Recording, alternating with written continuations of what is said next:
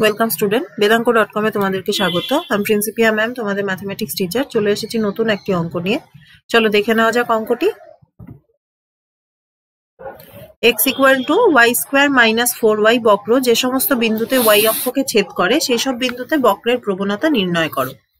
দেখো, কোনো একটি বক্র যখন y অক্ষকে ছেদ করছে তার মানে ও y অক্ষের ওপরে কোনো একটা বিন্দুতে ছেদ করে। তার মানে y অক্ষের ওপরে কোনো একটা বিন্দু যখন আমরা ক্যালকুলেট করি তার মানে তার কোনটা 0 হয়, তার দেখো অ্যাবসিসা 0 হয়ে যায়। তার মানে x = কি হয়? 0।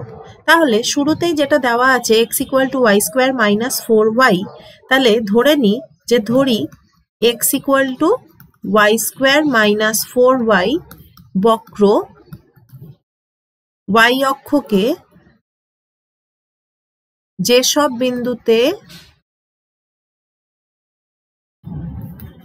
ছেদ করে সেখানে x = 0 হয়।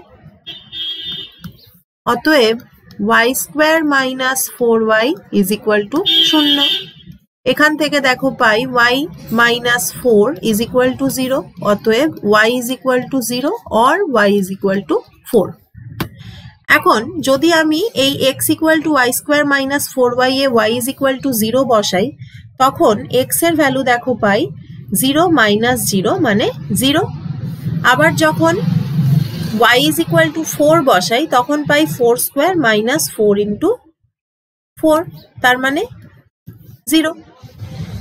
অতএব বিন্দুগুলি কি কি হবে? 0, 0, আরেকটা হবে 0, 4। আমাকে কি বের করতে হবে? x = y² - 4y এ 0, 0 বিন্দুতে এবং 0, 4 বিন্দুতে প্রবণতা কত? তাহলে প্রথমে তার জন্য কি বের করব? x = y² - 4y কে ডিফারেন্সিয়েট করি। Differentiating with respect to x কি পাবো?